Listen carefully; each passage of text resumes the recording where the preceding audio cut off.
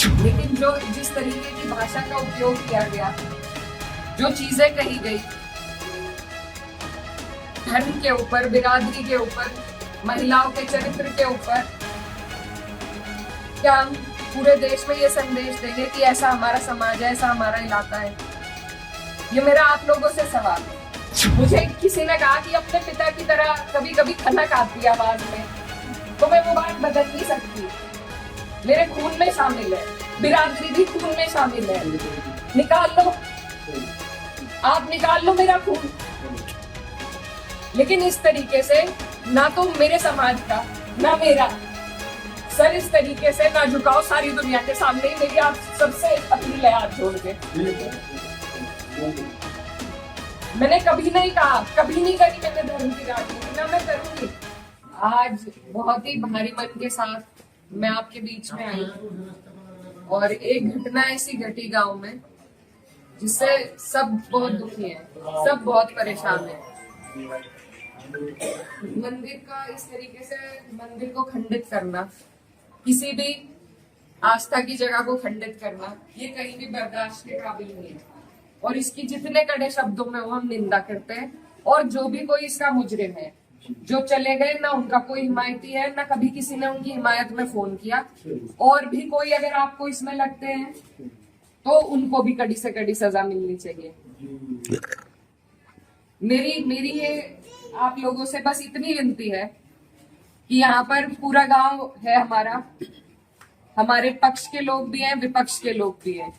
एक तरीका होता है आलोचना करने का, एक तरीका होता है विरोध करने का, और विरोध से किसी को आपत्ति नहीं है। लेकिन जो जिस तरीके की भाषा का उपयोग किया गया, जो चीजें कही गई धर्म के ऊपर, बिरादरी के ऊपर, महिलाओं के चरित्र के ऊपर, क्या हम पूरे देश में ये संदेश देंगे कि ऐसा हमारा समाज है, ऐसा हमारा इलाका है? ये मेरा आप लोगों से सवाल है। मैं जब चुनाव जीती थी तो मैं इतनी खुश थी, इसलिए नहीं कि मैं जीती, इसलिए कि मुझे सर्व समाज ने, सर्व धर्म ने, सर्व जाति के लोगों ने मुझे अपना वोट दिया था। मेरे लिए उससे बड़ी उपलब्धि जीत की नहीं थी। और हर जगह आप देखेंगे, अगर मैंने कई बार ये बात कही कि मेरे लिए सबसे बड़ी उपलब्धि है कि मुझे सबने वोट दिया, सबने अपना आशीर्वाद दिया, अपनी बेटी माना, अपनी बहन माना, और आप सभी मेरी हिम्मत हो। आज अगर इस तरीके की बातें हमारे क्षेत्र से उठेंगी तो मुझे बहुत तकलीफ हुई, शर्म आई मुझे कि मेरे अपने, जो मेरे मामा हैं, नाना हैं, भाई हैं, आज उनके बीच में ऐसी बात हो रही। और ये सिर्फ मुझे गाली नहीं है, मेरे इलाके की, मेरे समाज की, मेरे इस इलाके की जितनी भी बेटियां हैं, जो मुझे ये आके कहती थी कि दीदी हम भी आपकी तरह आगे बढ़ेंगे, हम भी आगे निकलेंगे, उन सब के कदम इससे डगमगाएंगे। और मुझे ये बात बर्दाश्त नहीं। मेरे पे तरह तरह के सवाल उठाए जा रहे हैं। मैंने कभी धर्म की राजनीति नहीं करी, कभी जात बिरादरी की भी नहीं राजनीति करी। मेरे लिए सब मेरे अपने हैं। जहां जिसे मेरी जिस वक्त समस्या होगी, जिस वक्त मेरी जरूरत होगी, मैं वहां पहुंचूंगी। मेरा परिवार बहुत सालों से, लंबे अरसे से राजनीति में है, आप लोगों के आशीर्वाद से। और हमारे वहां पर बाबूजी हुकुम सिंह जी का परिवार और हमारा परिवार लगातार राजनीति में रहा। कभी वो जीते, कभी हम जीते। लेकिन मैं आज उन्हें नमन करते हुए आपको ये बताना चाहती हूँ, कभी ऐसा नहीं हुआ कि किसी ने किसी पर व्यक्तिगत टिप्पणी करी हो, किसी ने किसी को इस तरीके की ओछी बातें कही हो। तो वो एक राजनीति का स्तर था।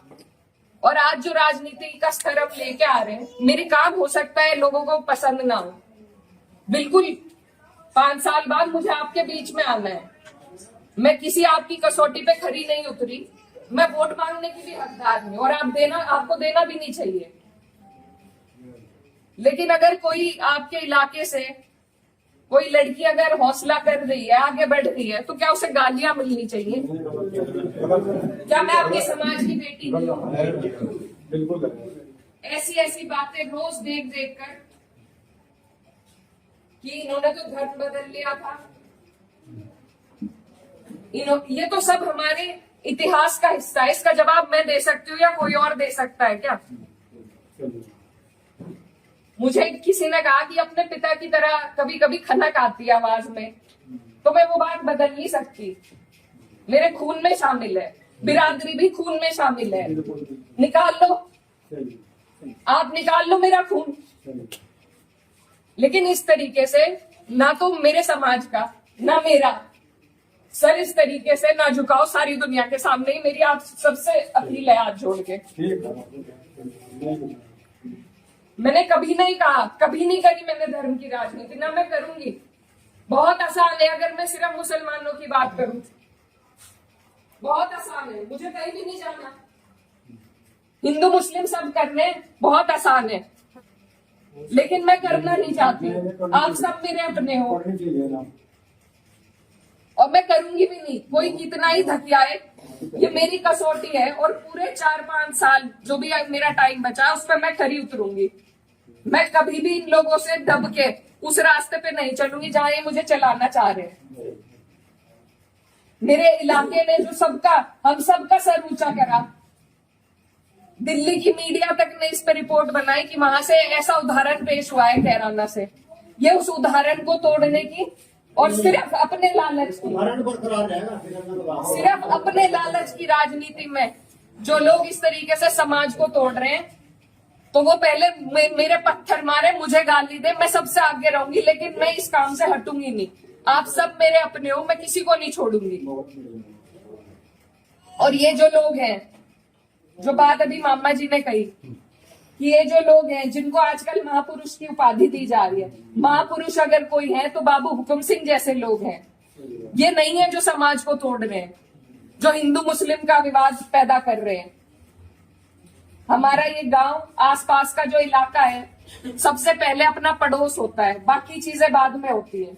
और जब पड़ोस में इस तरह की नफरत भर दी जाएगी, बो दी जाएगी, तो बताइए हम कहाँ जाएंगे। आज मैं इस गांव में आई, मेरे पे ये भी इल्जाम लगाए गए कि 10 दिन से आई नहीं। पुलिस का हाल देखो यहाँ पर, रात से प्रशासन का मेरे पे फोन है, आप क्यों जा रही हो वहाँ? क्यों ना जाऊं मैं? मेरा इलाका नहीं है ये, कौन रोक देगा मुझे? लेकिन हम इसलिए नहीं आए क्योंकि खोसपुरा में 13वीं थी, उस वजह से उस सम्मान में हम राजनीति की बात करने आपके बीच में नहीं आए। लेकिन हर बात के विवाद बढ़ाना, इल्जाम लगाना, आज आपके बीच में आके धरातल के जो हालात है वो भी सामने आए। आप लोगों ने कई बातें बताई, कमेटी को लेकर बात बताई, वो सब भी जांच का विषय है। लेकिन फिलहाल जिस पे उंगली उठाई कि इस बच्चे ने ये करा, क्या वो बच्चा जेल नहीं गया? उसके गार्जियन भी गए। अगर मैंने हिमायत करी, आप मेरे 10 जुत्ते उठा के मारो।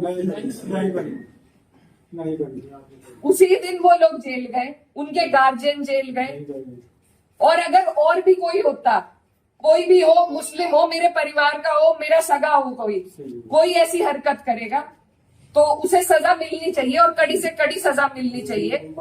ये प्रशासन आपके बीच में है, आप इनसे पूछ सकते हो। अगर मैंने हिमायत में किसी से भी फोन करा हो कि नहीं उन्हें छोड़ दो, वो मुसलमान है, लेकिन मुझे इतना अफसोस हुआ